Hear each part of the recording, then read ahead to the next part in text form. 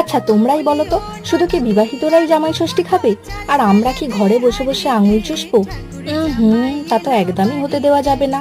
সকাল সকাল আমি নিয়ে বসে পড়েছি এক থালা খাবার, ওই চিড়ে মুরগি, ফল আর মিষ্টি। তবে ফল আর মিষ্টিটা আমি খুব একটা খেতে পছন্দ করি না, তবে আমার লিচু হলে সেটা কিন্তু অন্য ব্যাপার। এবারে দইয়ের ব্যাপারে একটা গল্প শোনাই তোমাদের। বাড়িতে 250 বা 500 দইয়ের খুঁড়ি আসলেও আমার জন্য কিন্তু একটা 100 দইয়ের খুঁড়ি আনতেই হবে, না হলে আমি আবার খাবো না। একা হাতে মা সবকিছু করছে দেখে আমি এসেছিলাম মাকে একটু হেল্প করতে। তবে রান্না বান্না কিন্তু মাই করবে, তা না হলে আবার খাবার মুখে তোলা যাবে না। আর আজকের দিনে এই জিনিসটা কিন্তু খুব কাজে দেবে সবার। বেশি হোজোগোজো খাবার আমাদের কারোরই খুব একটা পছন্দ নয়। তাই আজকের দুপুরের মেনুতে ছিল মাটন, পোস্ত আলু ভাজা, পটল ভাজা, বেগুন ভাজা, স্যালাড, চাটনি আর পাঁপড়। তবে একটা জিনিস বুঝতে পারি না জানো, এই জামাই ষষ্ঠীটা এত টাক ফাটা গরমে কেন হয়?